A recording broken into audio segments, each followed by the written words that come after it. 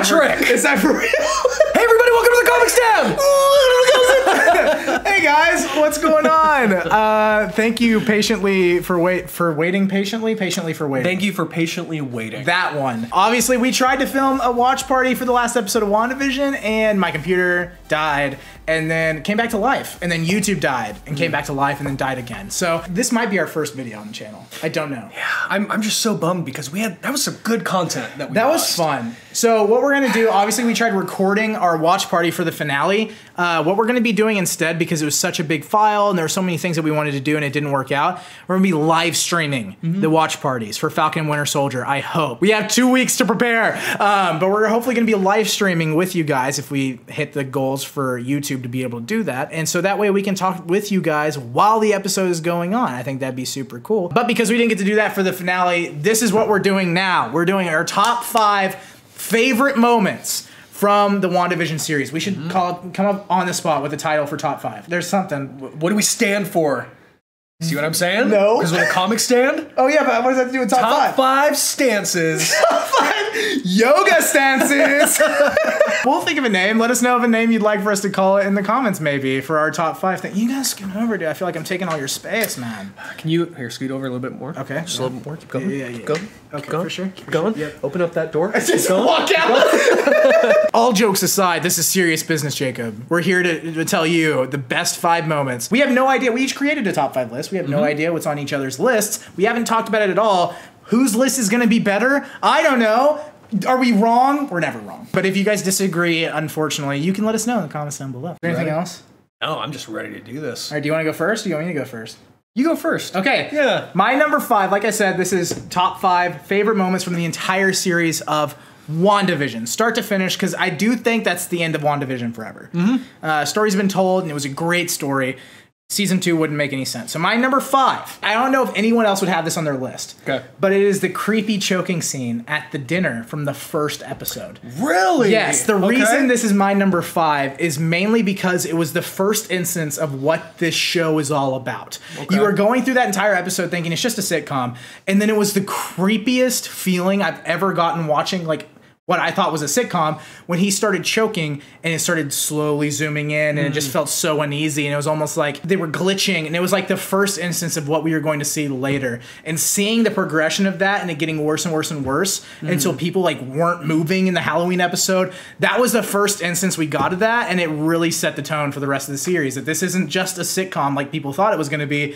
This is a legitimate kind of horror story, a story about grief and everything, and this was the first instance that we got of that. I'm guessing you didn't have that anywhere on your list. No, I didn't have it on my list, but I would say that that's definitely within my top 10, because I agree with you. It really did set the tone for the entire series, and up until that point, like, you know me, I'm constantly researching and like looking at theories and stuff like that before the movies or the shows come out. And so I kind of knew what to expect with WandaVision, but I was a little worried, you know, because obviously I haven't watched the show yet. So once that scene happened, as it was occurring, I was like, okay, this is the kind of show we're getting. We watched the first episode together, didn't we? I believe we did. And yeah, I just remember us all sitting there like, what? Like, you didn't know what to think. So that's my number 5.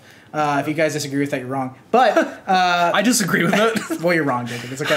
What's your number 5? My number 5 is that whole 5-minute chunk where Monica Rambeau first gets her powers.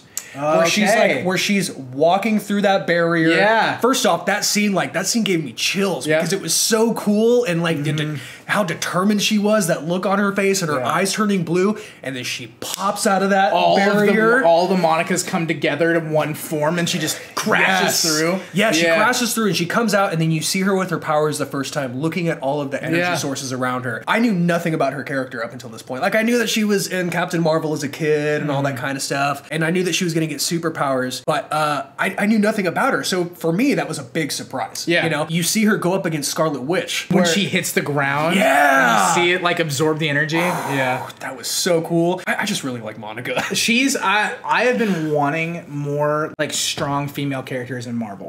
It's really just been Scarlet Witch a little bit, and then Black Widow has been the main one. Really. Yes. And so it's so cool to witness like the change in the format of like having all of these, you know, people of color, but also all of these female characters too. Like really, that was one of the best parts of Endgame, was all the female superheroes coming at Thanos at the very end. You know, that was one of the best parts.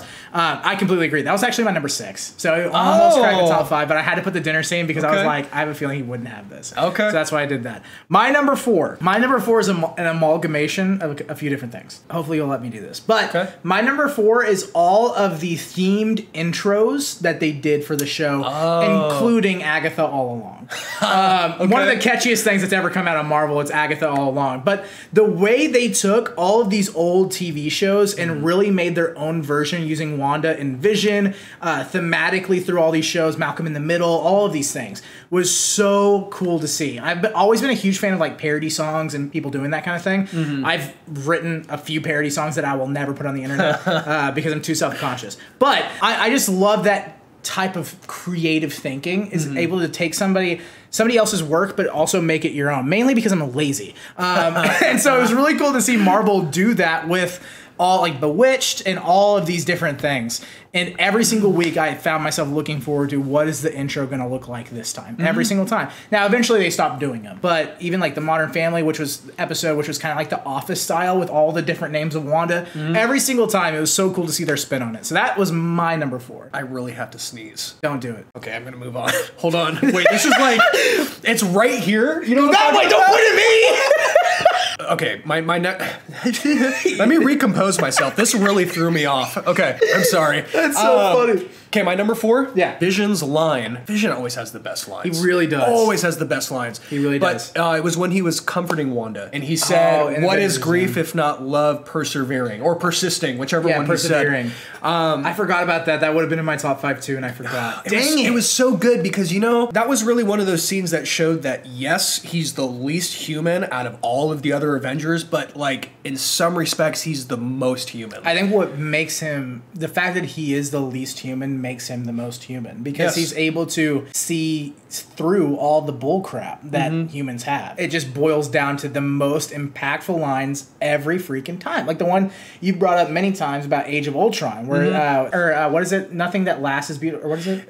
Things aren't beautiful because they last. Things aren't beautiful because they last. Like, yeah, grief is just love persevering. And he has so many just banger lines. That's the only reason why, like, yeah, he's super powerful, but that's the only reason Vision is really in the MCU, is the fact that he can just be so logical, and that really just breaks your mind open. Because that was something that hit me hard just in general of like, man, like in real life, that is absolutely accurate. Yeah. You know? And you know, the other thing that I love about it is, like, a lot of times people think that, like, logical people lack emotion, but in reality, like, that's obviously not the case. Yeah. You know what I mean? Yeah. So I'm upset that I didn't put that on there. My number 3 is seeing more of what happened after the second snap. So Monica coming back, rematerializing. What was it, the first scene? Or not the first scene. It was the first scene, I think, of episode 4. yes. Or whatever. Or 3. Yeah. It might have been 3. Whichever episode that you started seeing more outside of the Hex, it was like that first scene, and really seeing the mania. Something like that in the real world would cause. Yes. You know? Like, you saw it in Endgame, what's happened over 5 years of time. You saw how depressing everything overgrew, all the ships in the lake or whatever, or in the ocean. You really don't see much of like what happened after the second step, outside of Spider-Man's really quick couple scenes where they had people show up in a basketball game. And that was basically it. You haven't really seen much else about that. So seeing a different perspective, almost a more human perspective, of that happening was really, really cool. Because as much as it's like, in the future of the MCU, I want to see stuff outside the Infinity Stones. Like, we've read that story. You know, it's been 23 movies. We get it. We're done with it. If I see one more thing about the Infinity Stones, I feel like you're just not being creative at that point. Right. But now you get to see, like, something like that's so impactful like that. You should see what's going on and how that affected real life people, you know? And seeing Monica come back like that, and the sad part about her mother passing away while she was gone, was a really cool scene. Her going back to the back to Sword headquarters and all that thing. Just seeing other humanly perspectives outside of the main heroes that happened around that second snap. Yeah, and that's great because, you know, like you said with Spider-Man, like, we got a little bit of it, but really they came at it from, like, the perspective of being humorous. Like, it was kind of funny what they were doing. Yeah. And I remember thinking, like, oh, that's cool that they're being funny about this, but I really want to see, like, the real world implications of it. And you're right, that's totally what we got with this. Like, it really, like, closed some doors for us, you know? Yeah, exactly. It really, like, solved some questions about, like, you know, some of these people that are going forward are going to be super important were affected by this. you know? She probably would be the head of S.W.O.R.D. right now had she not been gone because of the snap. Wanda coming back and Vision still being gone. Like, those are things that we really needed to see. What's so interesting, too, is that originally WandaVision was supposed to be the fourth thing we saw in Phase 4. It's supposed to be Black Widow, Falcon Winter Soldier, Eternals, then WandaVision. Right. We would have had to wait probably that long period of time to see that moment. And I think it's really cool that the first, like, one of the first more human moments we see after Endgame and everything was seeing that. Because I feel like it'd be kind of weird if you see Black Widow, which is supposed to be set before it, right? And then you see Falcon Winter Soldier, which technically is set after it, but I don't know if they're going to talk about the snap. They might, who knows. Yeah. And then the Eternals, which I'm guessing is not going to be anywhere close to Endgame. It's probably going to be like a prequel, kind of like Captain Marvel, right? If we had to wait that long and then all of a sudden they threw that scene in, it'd been like, oh, that's kind of strange that they did that. So it was really cool that you got to see it that soon afterwards. I don't know if it would have been different after that. My number 3, if we don't have any of the same ones, that's going to be so wild. it's going to be impressive. Yeah. Honestly. Yeah. This might sound like cheating, but my third one is also a Vision thing, and that was that freaking logic battle. Is this the first one that we agree on by chance? This is part of something. Okay. Yeah, this is part of one of mine. Okay. Yeah.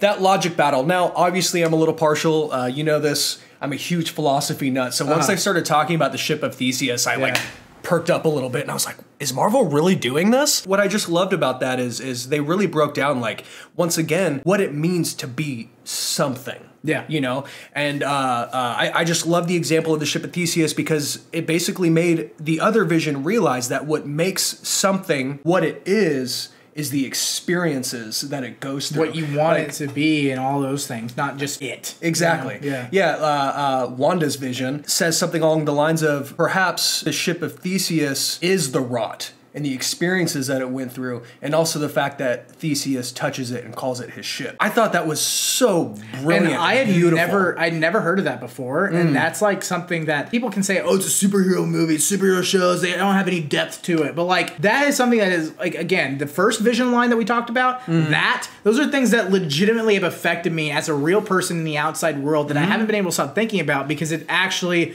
has affected my perspective. And that came from a superhero movie/TV show. Right. That's never been the case before. And for the longest time in Marvel, a lot of people didn't take them seriously. And it's just, oh, they're all the same, you know? No, these are legit. If you give it a chance, these are legitimate things that are very well crafted, very well thought out and written that really affects you in real life. It's kind of crazy. I would have never heard of that had it not been for WandaVision, which is so weird. Yes, and you know, the other thing that Marvel does, and this is just an example of it, is they know how to take these really complex concepts that you've never heard of before, and they can break them down in a way that a professor would have a hard time doing. Yeah, you know? if I heard that from a professor, I'd have been like, boring class. But hearing it, it's so strange to say, but hearing it from a superhero is almost like, hey, these aren't just guys with superpowers who just shoot at other people. This is like a legitimate, well, he's not a legitimate person, but a legitimate mind thinking strategically about all these things and logically. It's crazy. I know I'm a nerd for it and geek for it, but it's just so cool. It's just so cool.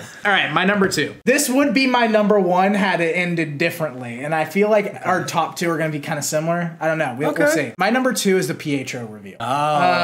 This would have been my number 1 had he actually been Quicksilver from the comics or Mephisto, Nightmare, something like that. The only reason it dropped down is because he was just, spoilers, a regular person. Just some random guy. But out of all the MCU movies, all MCU content over the last 13 years now, the moment that I have not been able to stop thinking about, even more so than Infinity War, how are they going to win this battle, was, oh my god, they introduced Quicksilver from the Fox X-Men series. Oh my gosh, what does that mean? Is he going to have a sweet dream sequence? Is he really not? Is it a trick? Like, is she breaking open the multiverse? Like, I don't know. And it really made me, honestly, only think about that for an entire, like, 2 or 3 weeks until they revealed that he was just nobody. But that was the most my mind has run with different ideas, was that reveal. It's like what we talked about. We talked about this before, just you and me. It's the fan expectations. And it's like, it's not their fault. It's our fault. Because like, we think of these ideas and like, that would have been so cool. The directors just didn't happen to think about that. Because they're not perfect, obviously. Right. And we shouldn't hold them to that standard. I will say though, while you were upset about that, and I was too, because of my own expectations, and the amount of time that I devoted into thinking, like, what could this mean? All these different thoughts. But at the same time, I think that was their intention. Because I think that they're well aware that one of the best parts about any project that they do is the hype. The months leading up to a movie, to me, is just as fun as the movie itself. And Marvel's the only thing that's ever really done it like this.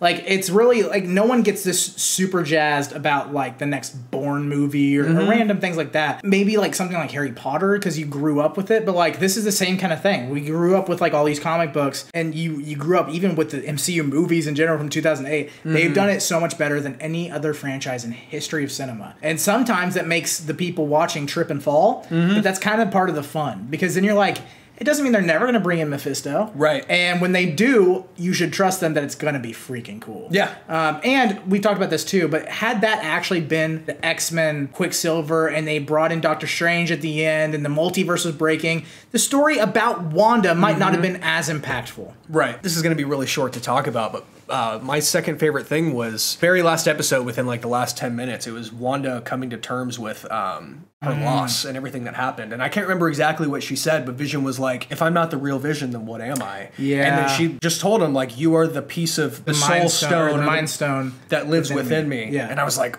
oh. And then she was like, you're my sadness, but you're also my hope and my love. And I'm like, see, that is something that everyone needs. Yes. Everyone should go to therapy. I don't care if you think you're the strongest person in the freaking world. Everyone should go to therapy, because there's things that are locked down deep inside of you that you don't recognize until they boil up. And we just dealt with an entire series of WandaVision boiling up and almost ruining the planet. Yes. You know? Yes. And so this was like her moment of like realization that like she went through therapy that entire time and now she understands. So cool. That's a great moment that I didn't put on my list. Thank you. I also love like if I could have like a 1.5 or like a 2.5, I also love right after that scene, Vision starts disappearing, but it's not like when he was disappearing the other times. It's this beautiful scene where he like turns gold and there's like this gold aura as he's like, his body is like kind of flying away into the universe, and like just that in itself, the cinematography, the visuals, the lines that he said, where he was like, you know, I started off with what did he say? I started off with a voice but no body. Then I was had a body but not human, and then now I'm a memory or something like that. And like you know, we've said goodbye before. It doesn't mean we can't say hello again. Like Vision, dang it! Yes, no, he says we've said goodbye before. That means to reason that we will say hello again. That's or something like that. The writing was so good. And something I forgot about until just now too. The fact that like it was one of the biggest small moments in comics was when the Vision cried for the first time in comics. And we were like, you guys unfortunately won't see it, but we were joking about it in the watch along where we were both like, he cries. He's a robot. He starts freaking out. Starts twitching. And then he did cry. It's like, oh my gosh. I know he wasn't a real robot, but I mean, he kind of was. She created him. But like, it's so impactful to see, like, again, like what we said, the least human being the most human. So cool. Yep. So freaking smart, just as a character. All right, we've come to the number ones. I don't know if ours are going to be the same. I feel like they're not, but we'll see. Okay. Maybe. Interesting. I'm going to go the more like cop-out route. Okay. The final battle is my favorite moment, because there were so many great moments in it, and I'd love to pick just one, but I'm not going to, and if you're upset with that, deal with it. Literally the best line in possibly the entire series with kids handle the military. Great line. Yeah. Seeing Monica block bullets from Hayward trying to shoot children, by being the way, horrible at it, by the way, shooting right in the middle of it. What? So the bad. ship of Theseus, what is it called? Theseus, obviously, great moment. The wits battle between him and White Vision. White Vision in general, the cracking of the head was the most uneasy when he I started felt. Picking her up. Yeah, and you can hear the bone cracking, dude. Yeah. Most uneasy ever. And then obviously the biggest moment of this entire thing, when she revealed that she was made runes and that she had learned from Agatha, and her transformation into what we will now know as the Scarlet Witch moving forward instead of just Wanda Maximoff. And I know, yes, she is hot, okay? But that's not the point. The fact that we can actually see her true form with the crown, with the like cape and everything. They did such a great job of making it for the MCU like they have every single time before this, with Iron Man, with Captain America, all of them. They did such a phenomenal job, and that moment was, in my opinion, the best moment of the entire series. You finally saw her deal with a lot in that moment, recognize who she truly is meant to be, and become that. And it was so freaking cool. Not to mention her costume. Oh my god, it was great. It was powerful. That was the big thing. Like the color choice, I don't know if you've noticed this, but I saw it afterwards. One thing that was really cool, like these small details that Marvel puts in. They put in a lot of Easter eggs and a lot of small details that you don't catch on first watch. When I watched through some of it again and I looked at other people's Easter egg videos on YouTube, I noticed that when Agatha first absorbed all the energy of the other witches, their energy was blue, her magic was purple, and then it was more so like a purple-blue mix when she was using it, right? Like she absorbed their powers and stuff. Like when you look at her costume, it had some purple, it had some blue in it. And then when Wanda absorbed her costume has some red, it has some purple, and a little bit of blue. So she literally is all of those witches combined now. Yes. And that's what created the Scarlet color, and that's such a cool choice. And this was after Agatha already said, you're more powerful than the Sorcerer Supreme. Yeah. So she was already more powerful than Doctor freaking Strange. Yeah. And now she has Agatha's powers. Yeah. All of those witches' powers. Yeah. Wow, that's going to lead into my number one. Okay. Go ahead. So my number one was the final end credit scene. When she's drinking her cup of coffee and she's all comfortable in her sweats, and then all of a sudden you realize that much like the Sorcerer Supreme, who she's already way more powerful than, she's learning. Because Agatha said, you're so powerful that you don't even need the knowledge to be as powerful as you are, but the knowledge is what you lack. Yeah. You don't know what you have. Yeah. And so she took that to heart, and now she's learning. Dude, she's learning from the Darkhold, which is a little concerning because it is the Book of the Damned. Yes. Which is what it's called, okay? Don't get mad that I said that. That's a thing. It's a little concerning. Yeah. But yes, that is really, really cool. The fact that, like, and that's what, like, partially that made the runes so cool too in that final battle is that for the longest time, Wanda has just been a person who can, kind of put dreams in people's heads and throw cars at people. Yeah. That's been the only thing that she has done is those two things. And now you got to see her floating and disappearing. It's like, she literally saw Agatha in the studio disappear like that. And then she saw that and was like, oh my God, I can probably do that too. And she did it. And it's like, oh my gosh, that's the one thing she's missed is that this entire time, she hasn't had anyone like her. She's been the only one like her. Right. And now she saw someone that's also like her, and it just... Yeah. I also love the amount of confidence that she had when she did the snap. Yeah. She kind of tilted her head. Yeah. We didn't have anything the same on our lists. We did not, but that's great. Yeah, that's fantastic. Awesome. I thought we were going to be like 3 out of the 5 were going to be the exact same. Let us know, guys, down below, what are your favorite moments from WandaVision, if they differ from ours or if they're the same. And obviously, don't forget to subscribe, hit the bell icon for whenever we upload. We don't really have an upload schedule right now. You can look forward to live streams, hopefully every Friday. Absolutely love if this became the priority. If this channel took off, it's worse. That doesn't make any sense. But maybe do, because then we'll know what not to do. There you go. Yeah, we won't do any of the I'm comments. so excited to say it. All right, now the comic stand is closed. Get the heck out of here!